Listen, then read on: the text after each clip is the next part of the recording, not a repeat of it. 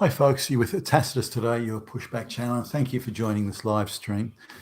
In this essay, I'd like to talk about the defining of and the use of the term racism and its implications in a practical sense on the street. And parallel to that, looking at really what's, I suppose, part of the so-called racism equation, which is prejudice or treating someone in a prejudicial manner, regardless of whether it's race or not. It could be another issue. But so just looking at that, when is it racism and when is assuming something on the balance of probabilities? Now, as I think I've mentioned in other videos, I've traveled the world many times over doing business. I've got to do business in many countries, dealing with many different races. Most of the time I was the only white guy in the room. So I got used to sort of being there, without sort of the moral support of colleagues and that type of thing. And sometimes I'd go into a room, there'd be all the senior management of the company would turn up, and 20 guys, 30 guys, whatever, and then there'd be them and me. So you need to have a certain sort of backbone to conduct negotiations under those conditions, because some of these guys, they come at you fairly heavy, when they're wanting concessions, better prices or some giveaways, or you're a white guy with lots of money, so how about you hand us some of that money and that sort of thing. So that was a constant thing. But there were certain sort of races within cultures, or cultures within races, if you like, where their behaviours were so predictable you could kind of set your clock by it. Now, I'm not saying behaviours were good or bad or up or down or left or right or anything, but they were predictable. So and there were very few outside of that would behave outside of that sort of central beltway. So I could go into a room before anyone had even opened their mouth in those particular areas. I could pretty much say, step by step and word for word what they were going to do, and even the facial expressions they would pull. It was that sort of tight on the beltway. So I knew that going into some of these meetings. Now, was that racial prejudice though? And they weren't from my race nor me from theirs. Was that racial prejudice to have that assumption? Because I was prejudging them. I didn't know the people in that room before I walked in there. Yet I could still predict, 9.5 times out of 10, I could still predict what they were going to say, do, and how they're going to behave. But was that racism? No, it wasn't. It was nothing to do with racism at all. It was a reasonable, prudent assumption based on the balance of probabilities. And to say 9.5 times out of 10, I'd be right. Now, I always approach things cautiously, so I'd wait for the scenario to unfold before I'd say to myself, yep, okay, here we go again. If the scenario did unfold differently, then my behavior would change. Now, there were some cultures where they had a particular sort of methodology and tactic of negotiation, and they thought that every white person had to be negotiated with. It couldn't be you discuss what you need. Okay, you're going to need this. We'll give you that, and which was my preferred way of doing things, so we could maximise the value that they had and that they in turn would pass on to their customers. That seemed to me the more sensible one, but it's quite a Western way of doing things, and these people want to go. Many of them, not every single one, but many of them want to go through these various rituals, like we negotiated and we beat the white guy, we got a better deal out of it, we showed those bums, and that type of thing. And this was sort of somewhat on their minds, and at times I got a little irritated with it, because it drew the process out unnecessarily. Nothing more was achieved than would have been, and the idea of cutting the chase though was for them cutting out half the fun and so on. So they had many rituals built into the way they interacted, which changed the way they behaved, because these rituals required fairly strict observance. There was usually an elder in the room that sort of, the tribal elder type thing. and that sort of added. And the young guns were trying to show the tribal elder that they were kick-ass dudes, and they could stand toe to toe with Whitey and slap him around and get a better deal, and this sort of thing. So these behaviours were expected, and as I say, it was rare that they went outside it. Now, the very westernised people in the other countries, they were a little bit more cautious, and they sort of approached me with the idea of let's see what he does first, and then we'll respond to that, rather than coming in with the fixed, hard and fast gig.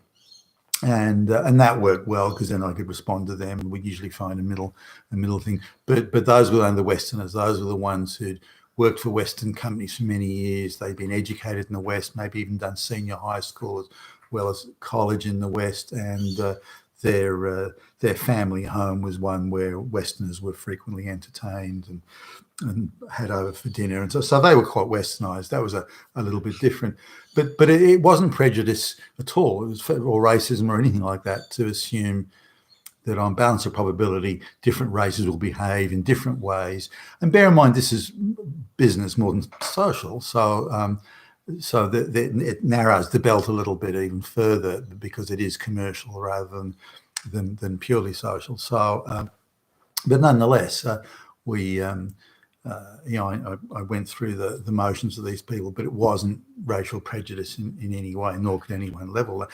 But by today's standards, it would be, or the activist standards, I should say, of recent times, that would be racism, because I was assuming behaviours, but it was based on experience. Now, not many people have that sort of experience of dealing with many different races and cultures, and trying, again, it's incumbent on me to get a result. So I had to default always back to the colour of green, which was the purpose of me being there. But even so, now throughout the years, I'll go through some examples of what other people had experienced. And there was a guy, I was going to hire somebody, this is many years ago now, I was only a young guy. I was going to hire somebody, and they were Jewish. I'd never thought about it, that they were Jewish, like Goldstein or something like that. I'd never thought about it. And they were just a person who seemed qualified, and I hadn't thought beyond that. The guy who made the final decision, so, what do you want to hire him for? And I think they're the best qualified. And no, you shouldn't hire Jews. He said the reason being is that as soon as one of them gets in, they bring all their buddies and everyone in, and before you know it, there's a majority of Jews here, and so you never can do that. And so that sort of, he knocked it out. I was a bit surprised. I'd never heard that before, nor had I ever thought about it. Jewishness isn't a big deal in Australia, nothing like it is in the United States, where it's a huge deal. But in Australia, it's not, or I'd never really heard of it before until that boss of mine mentioned it. I thought he was being a bit harsh. Surely, if just because they were high, why would that suddenly mean other Jews would appear? But that was his claim. Claimed he'd seen it before, and that was it. And I thought he was being sort of rather prejudicial. But fast forward, I don't know, probably 15 years, and there's a company I'm doing business with, and they hire a Jewish, like an HR director or recruitment director, whatever it was, and I didn't really think much about that,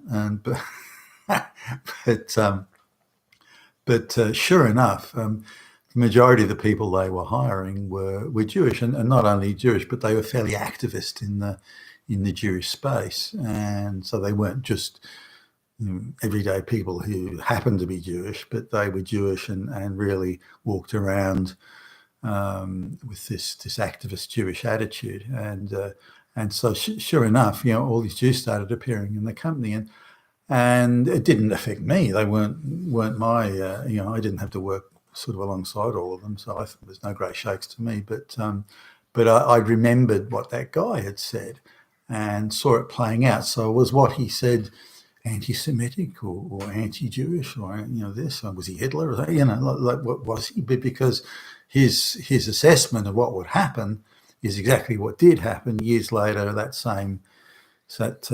Given the same scenario, a Jewish person was hired, particularly into a role like that, and next thing you know, there's Bergs and Steins and Rosens everywhere you look. So it was an accurate. So was it racist or anti-Semitic or something, or was it an assessment based on balance of probabilities, given this guy had seen it previously? We need to separate the two. One thing is that if because somebody is a certain faith or skin color or whatever, their behaviour, their character, their moral compass, all irrelevant, utterly irrelevant. Because they're a certain race, they are prejudged as being evil or undesirable or unwanted or whatever the case may be. So anyway, that's the sort of the setting of the situation, and I don't think it was anti-Semitic of that guy, given that his assessment was an accurate one given those circumstances. Now, the reverse could also be the case of, say, the Jewish human resources director, to say, well, she was being racist by choosing primarily, if not only, Jewish people to hire, when they'd have clearly been the minority of the applicants. So isn't she the racist by not including Gentiles? And shouldn't that be an issue? The fact that she hires Jewish lesbians and Jewish gay people, that's the behaviour of an activist, not the behaviour of an impartial, hire the best person human resources director. So I would say that in that scenario, she was the racist, not anyone else or anyone that may point out, hey, what are you doing here? So we need to, I think, separate these things from known or behaviours. Now, if the person who's allegedly being treated in a racist or prejudicial manner changes their behaviour, then the problem goes away. So we're still coming back to a behavioural issue here, whether we call it a problem or something else, that can be debated. But we need to get to the behavioural side of things. Now, I've been to certain countries doing business where they seem unusually thick-witted, and so I have to go very, very slowly and very carefully, and but that's sort of how it is, and I just accept that's how they do business there. But the company that I'm working with has an option of where do we put our resources, financial resources. Do we throw money at people who are lazy and need a tremendous amount of hand-holding and support on things that they shouldn't really need it on? Do we put our money into that? Or do we put our money into folks who are really go-getters, and they're out there trying to get the job done and get results, and they give good feedback, and they give great questions and so on. Of course, you did that. The people that are thick-witted and lazy just happen to be black. I don't care. I didn't care. But that doesn't make them not thick-witted. So again, the behaviour is the issue. Now, somebody come along and say, well, gee whiz, you gave those guys down the road, those brown guys or the white guys, more resources than you gave these black guys, you damn racist. No, nothing to do with fucking racism. It was that the expenditure of money there was going to produce a lower return because these guys didn't work as hard, seemed to be overcome with sloth and didn't seem to give a shit, and were very poor, particularly poor on machine and equipment maintenance. They were diabolically bad on that, and people had to be sent over constantly to kind of bail them out and so on. So these were key issues, and their behaviour was consistent, and it didn't matter whether it was year 1 or year 10, and dealing with completely different people in that region, they still behaved the same way. And even if these people had a Western education, they still, people, some of them had degrees in engineering, but they couldn't maintain a simple machine with oil and grease and various lubricants and so on. And so my assessment of them as being lazy and slothful has nothing to do with racism. It was due to their behaviour. Now, I think we've reached a point in the world today where particularly the activists, they're unable, or don't want to, probably more to the point, they want to disentangle behaviour from from what they want to allege as racism, because they want to see racism everywhere. Only white people can do it, of course. But it wasn't, it was never racism. And nor when I was traveling around did I ever see white people behaving, even in the hotels, the main business hotels, or the main downtown 5-star hotels. They were all white people, pretty much. I didn't see any examples. No, there must have been some, I suppose. Balance of mathematical probability. I didn't see any sort of racist behaviour. I saw quite the opposite. And so I don't believe that this is rampant racism. Some vulgar tourists in some